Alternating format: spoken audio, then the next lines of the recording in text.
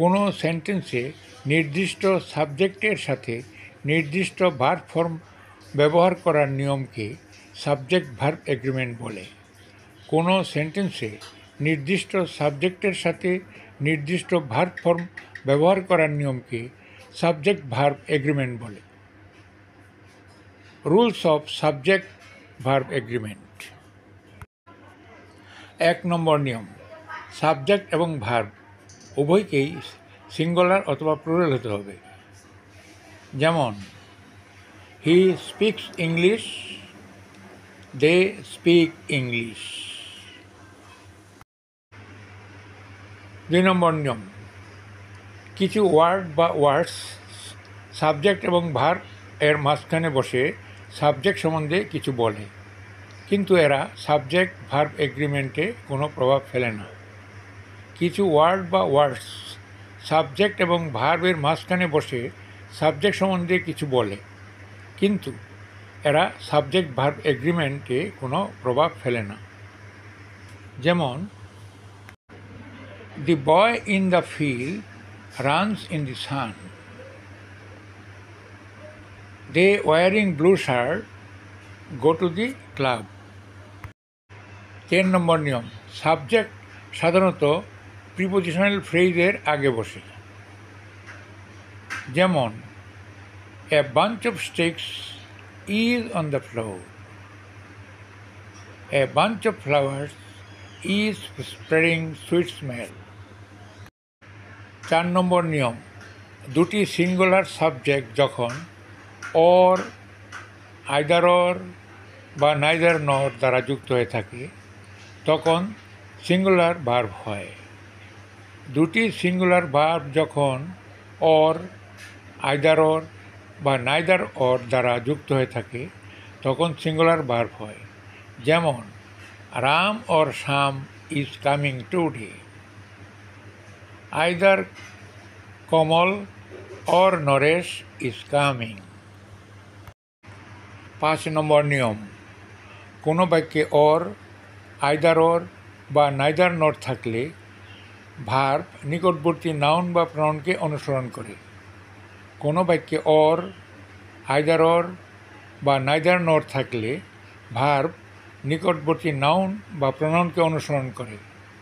যেমন you or I am the owner of this property,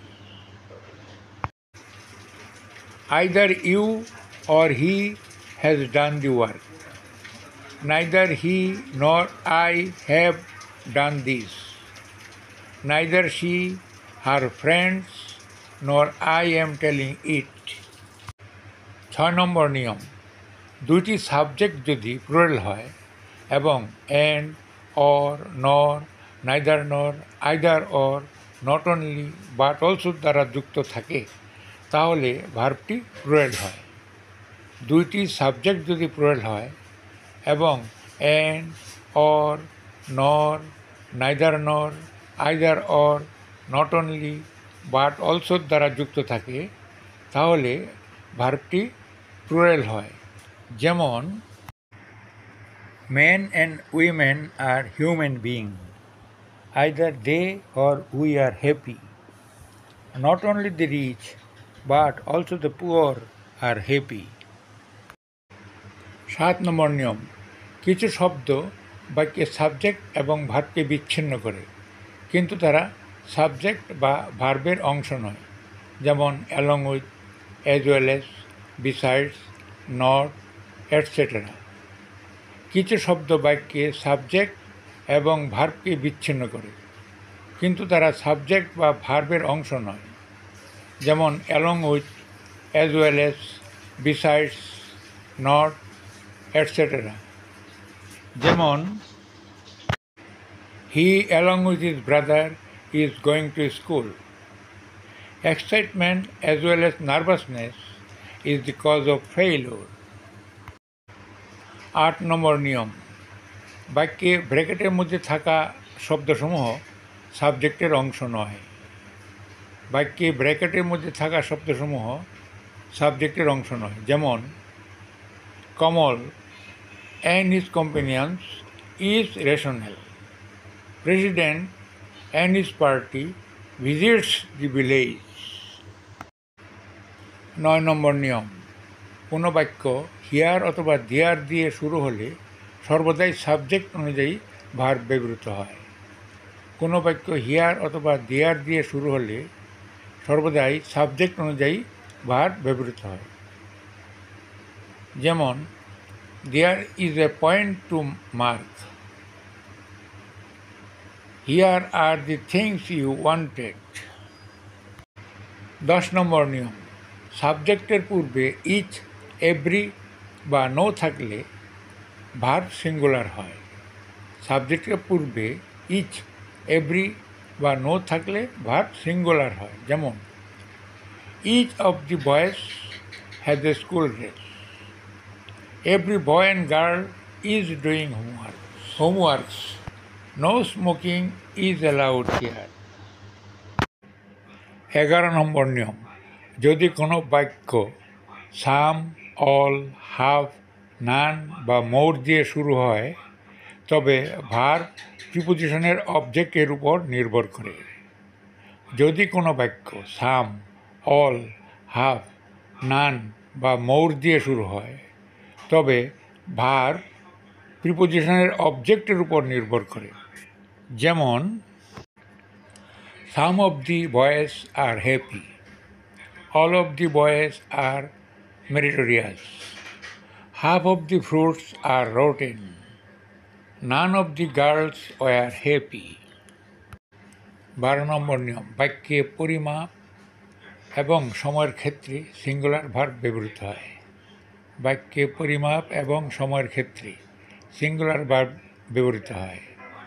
যেমন, 3 liters of milk is needed daily, 5 minutes is required to reach there। 13 নম্বর নিয়ম, subject যদি everyone, everybody, none বা nobody হয় তবে ভার্বের singular form হয়। Subject যদি এভরিওয়ান, এভরিবডি, নান বা নোবডি হয় তবে ভার্বের সিঙ্গুলার ফর্ম হয়। যেমন, everyone wants to be happy, everybody is permitted to go there, none likes poverty, nobody is allowed to go out of the country।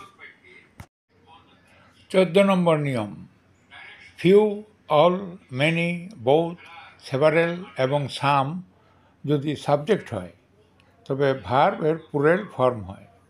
Few, all, many, both, several এবং সাম যদি subject হয় তবে ভার্বের plural form হয়। যেমন, few are intelligent, all are happy, both are guilty, several are leftist, some are requested to join the party।